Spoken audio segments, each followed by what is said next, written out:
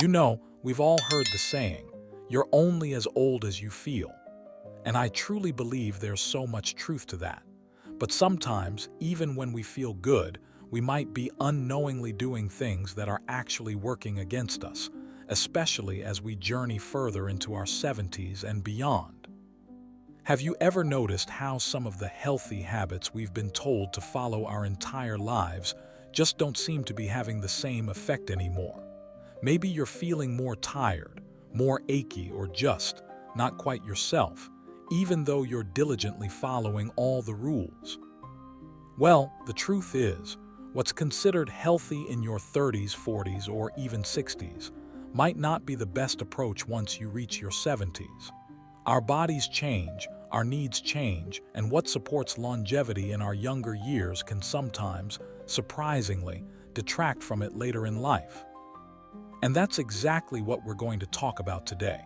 This isn't about doom and gloom.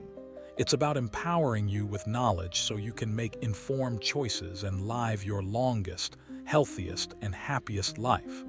We all deserve to enjoy these golden years to the fullest, right? To spend time with loved ones, pursue our passions, and simply savor every moment.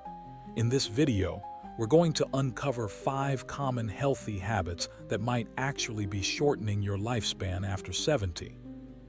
We'll explain why these habits can be problematic and, most importantly, what you can do instead to support your health and well-being.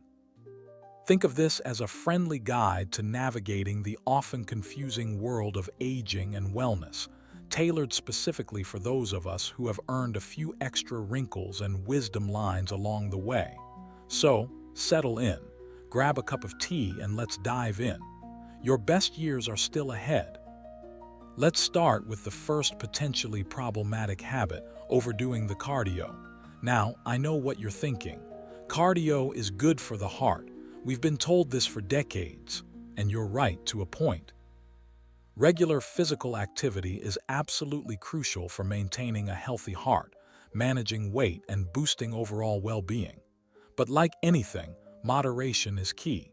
The problem is, as we age, our bodies become more susceptible to wear and tear. High-impact cardio exercises, like running on hard surfaces, prolonged intense cycling, or even very vigorous aerobics classes, can put excessive stress on our joints, particularly our knees, hips, and ankles. Think about it. After 7 decades, those joints have already put in a lot of miles. Pounding the pavement day after day can exacerbate existing conditions like arthritis, leading to chronic pain and inflammation. This, in turn, can limit your mobility, making it harder to stay active in other ways. And when you're in pain, you're less likely to want to move around, which can lead to a whole host of other problems, including muscle loss, weight gain, and even depression. It's a slippery slope. Furthermore, intense cardio can also elevate cortisol levels, the stress hormone. While short bursts of stress can be beneficial, chronic elevation of cortisol can wreak havoc on your body, weakening your immune system, interfering with sleep, and even contributing to cognitive decline. So, while you think you're doing something good for your heart, you might inadvertently be stressing your body in ways that are actually detrimental in the long run. So, what's the alternative? Does this mean you should become a couch potato? Absolutely not. The key is to switch to low-impact cardio exercises that are gentler on your joints. Think swimming, walking on soft surfaces like grass or a treadmill, cycling at a moderate pace on a recumbent bike, water aerobics, or even dancing. These activities still provide cardiovascular benefits without the jarring impact. Another important consideration is the duration and intensity of your workouts. Instead of aiming for marathon sessions, focus on shorter, more frequent bursts of activity. Even 20 to 30 minutes of moderate intensity exercise most days of the week can make a huge difference. Listen to your body. If you're feeling pain, stop. Don't push yourself to the point of exhaustion. It's far better to do a little bit each day than to overdo it and end up sidelined for weeks. And speaking of listening to your body, that brings us to our second potentially lifespan-shortening healthy habit: ignoring pain. This is a big one, and it's something I see so often. We're often told to push through the pain, to no pain, no gain. While that might work for younger athletes trying to build muscle, it's a terrible idea for those of us over 70. Pain is your body's way of telling you something is wrong. It's a warning signal that needs to be heeded. Ignoring pain, whether it's a nagging ache in your knee, a persistent twinge in your back, or a sharp pain in your shoulder, can lead to chronic problems and even permanent damage. Think about it. If you ignore a small leak in your roof, it will eventually turn into a major flood, causing far more damage and costing you a lot more money to repair. The same principle applies to your body. A small pain that's ignored can develop into a chronic condition that significantly impacts your quality of life. Often, people ignore pain because they're afraid of what it might mean. They don't want to admit that they're getting older or that they might need to slow down. They might be worried about the cost of treatment or the inconvenience of having to see a doctor. But the truth is, ignoring the problem only makes it worse. Early diagnosis and treatment are crucial for managing pain and preventing it from becoming chronic. So, what should you do instead? First and foremost, listen to your body. Pay attention to any aches, pains, or discomforts that you experience. Don't dismiss them as just getting old. If the pain persists for more than a few days, or if it's severe, see a doctor. A qualified healthcare professional can properly diagnose the cause of your pain and recommend the appropriate treatment. This might involve physical therapy, medication, injections, or even surgery in some cases. But the sooner you address the problem, the better your chances of a full recovery. Don't be afraid to advocate for yourself and ask questions. Understand your treatment options and make sure you're comfortable with the plan. Beyond seeking medical treatment, there are also things you can do at home to manage your pain. Gentle stretching, warm baths, massage, and over-the-counter pain relievers can all provide relief. And remember, rest is just as important as activity. Allow your body time to recover after exercise or any other strenuous activity. The bottom line is, your body is your temple. Treat it with respect and listen to what it's telling you.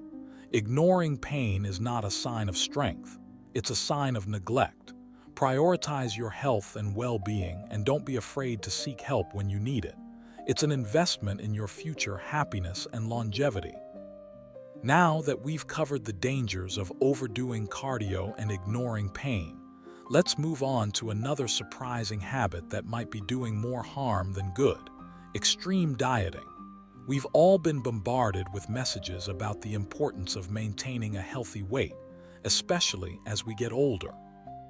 And while maintaining a healthy weight is important, going to extremes with dieting, especially after 70, can be incredibly detrimental to your health.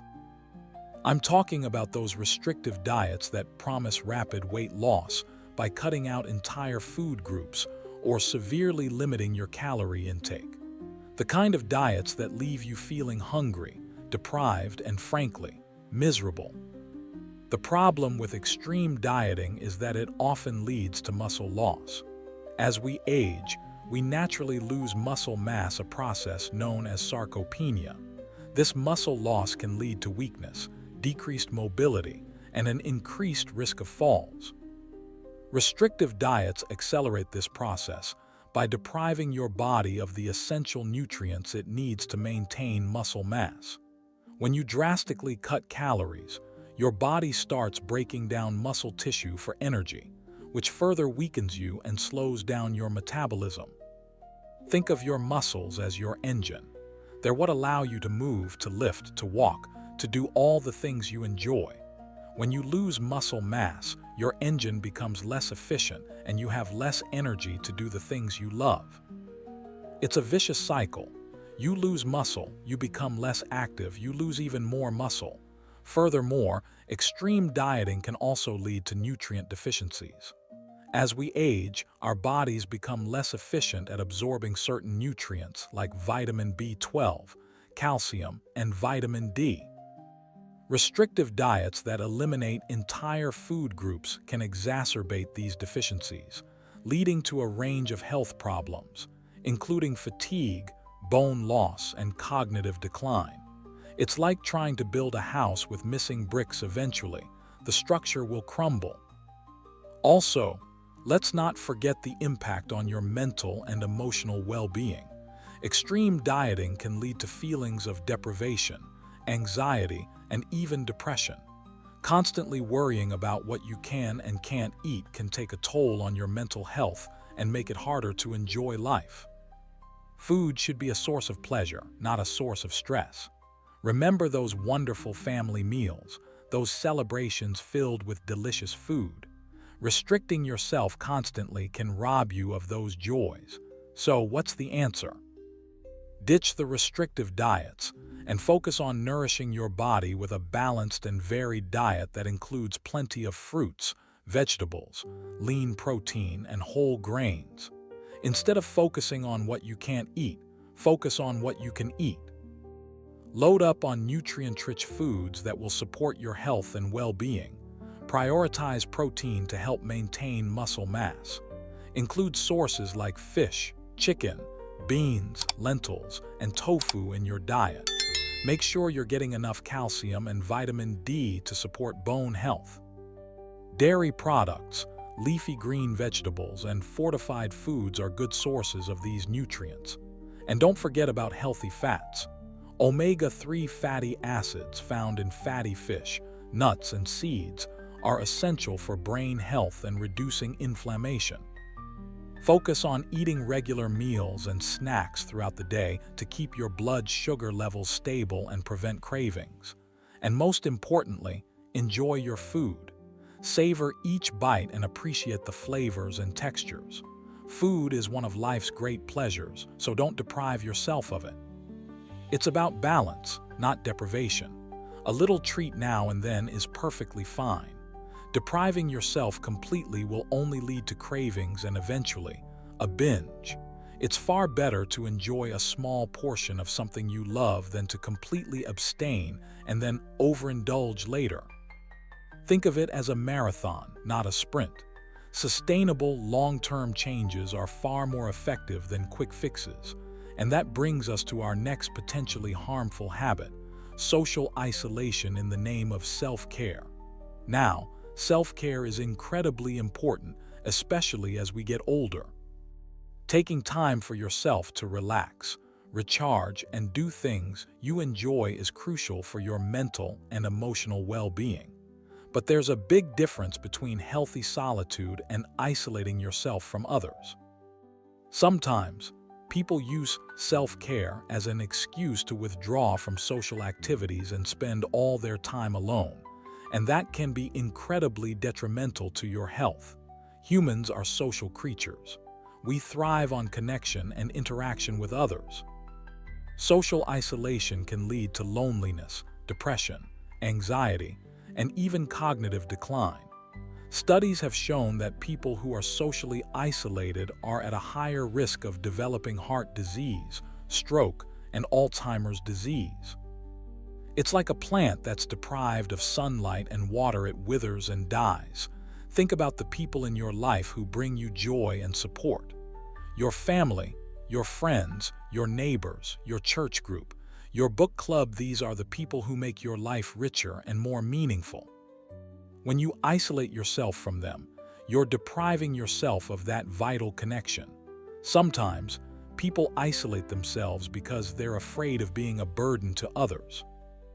They might be dealing with health problems, financial difficulties, or the loss of a loved one, and they don't want to burden their friends and family with their problems. But the truth is, most people want to help.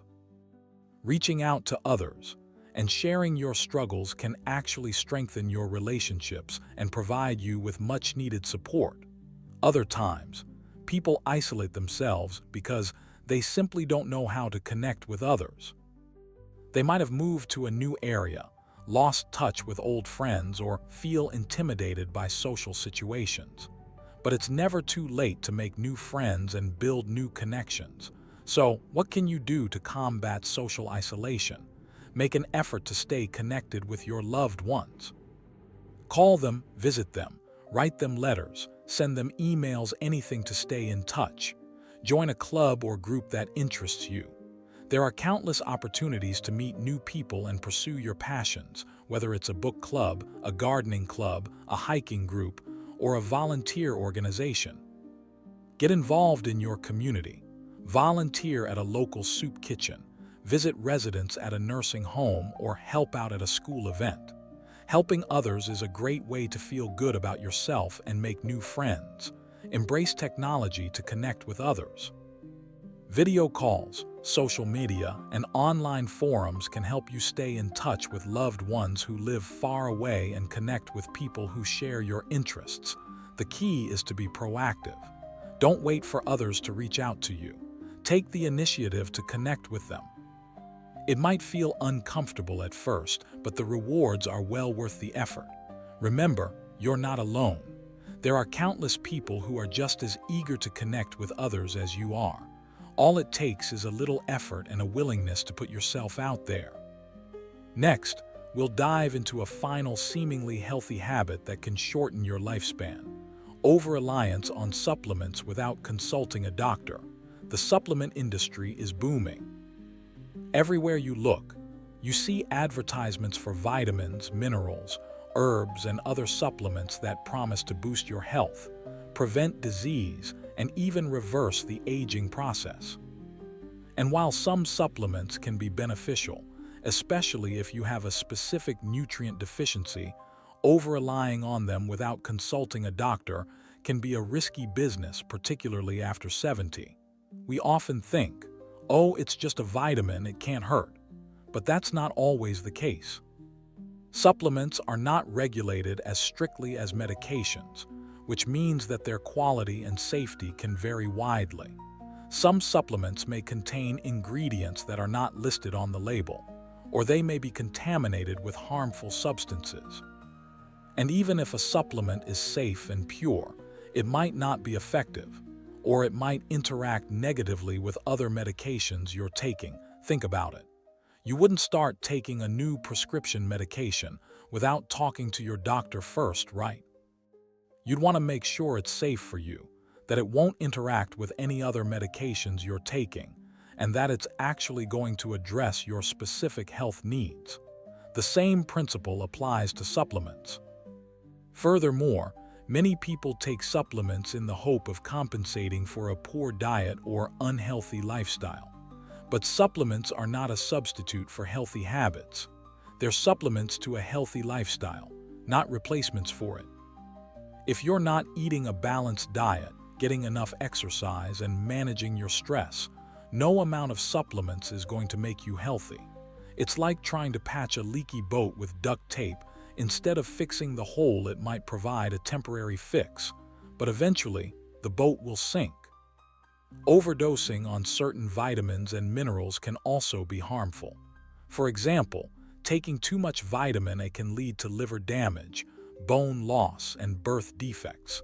Taking too much iron can cause constipation, nausea, and even organ damage.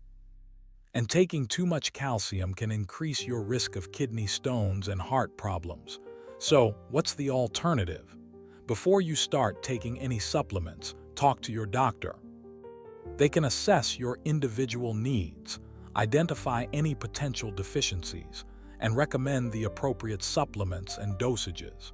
They can also check for any potential interactions with other medications you're taking. Focus on getting your nutrients from whole foods whenever possible. Fruits, vegetables, lean protein, and whole grains are packed with vitamins, minerals, and other essential nutrients that your body needs to thrive. Think of food as medicine. A well-balanced diet is the foundation of good health. If you're considering taking a supplement, do your research.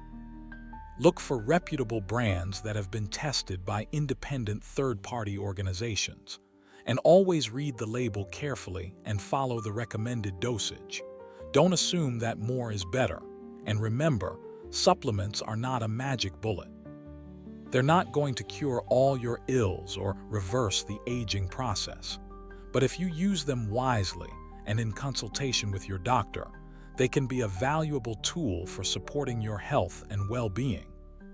So, there you have it, 5 healthy habits that might actually be shortening your lifespan after 70. To quickly recap, we talked about overdoing the cardio, opt for low-impact exercises instead, ignoring pain, listen to your body and seek medical attention when needed.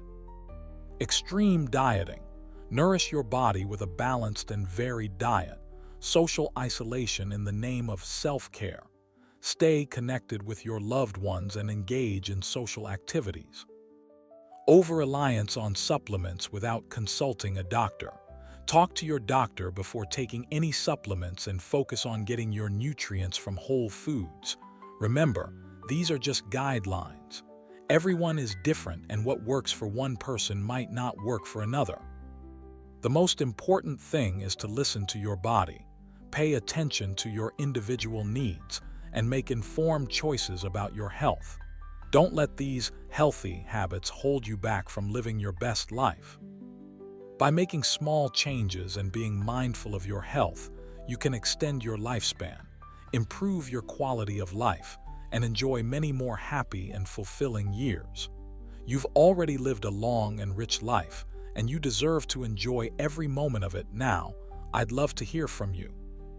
Which of these habits resonated with you the most? Have you experienced any of these issues yourself? Share your thoughts and experiences in the comments below. Your insights can help others on their journey to better health and longevity. If you found this video helpful, please give it a thumbs up and subscribe to my channel for more informative and empowering content on healthy aging. Click the notification bell so you don't miss out on future videos. We're all in this together, and together, we can create a community of support and encouragement for those of us in our golden years. Here's to living your best life at any age. Thank you for watching, and I'll see you in the next video.